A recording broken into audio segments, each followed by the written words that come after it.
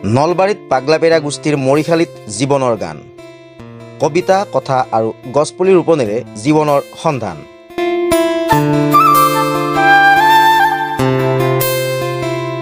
অসমৰ কাব্য সাহিত্য তথা সংস্কৃতিৰ ক্ষেত্ৰখনক নতুন চিন্তা আৰু চৰ্চাৰে মাত্ৰা প্ৰদান কৰি অহা পাগলাপেৰা গোষ্ঠী অসমৰ হেঁপাহৰ কাব্যানুষ্ঠান মৰিশালীত জীৱনৰ গানে এইবেলি ৩৪ বছৰত পদাৰ্পণ কৰিলে।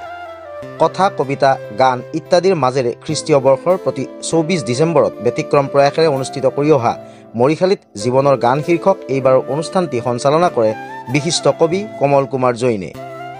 পাগলাদিয়া নদীৰ সমীপৰ নলবাৰী চহৰত অৱস্থিত ঐতিহাসিক শ্ৰী শ্ৰী শ্মশান ভূমিত পুহ মাহৰ হাড়কোপোৱা শীতকো নেওচি জুইৰ উমেৰে মঙলবাৰে আয়োজিত অনুষ্ঠানটি পাগলাপেৰা গোষ্ঠীৰ তথ্য আৰু প্ৰচাৰ সম্পাদক কবি নৱজ্যোতি পাঠকে আদ ধৰি উপস্থিত কবি তথা দৰ্শক শ্ৰোতাসকলক আদৰণি জ্ঞাপন কৰাৰ লগতে মৃতকৰ প্ৰতি সন্মান প্ৰদৰ্শন কৰাৰ অন্তত সঞ্চালকক দায়িত্ব অৰ্পণ কৰে।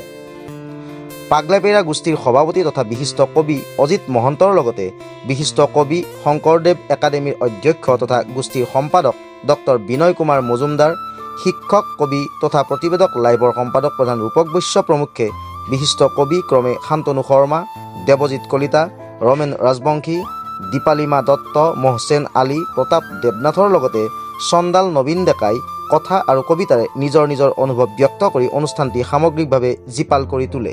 নিশা 10 বজাত সামৰণিৰ পৰা অনুষ্ঠানটোৰ আৰম্ভণিতে শ্ৰী শ্ৰী শ্মশান ভূমিৰ চৌহদত আহত গছৰ পুলি এটি ৰোপণৰ যোগেদি জীৱনৰ সন্ধান কৰিবলৈও প্ৰয়াস কৰা হয়।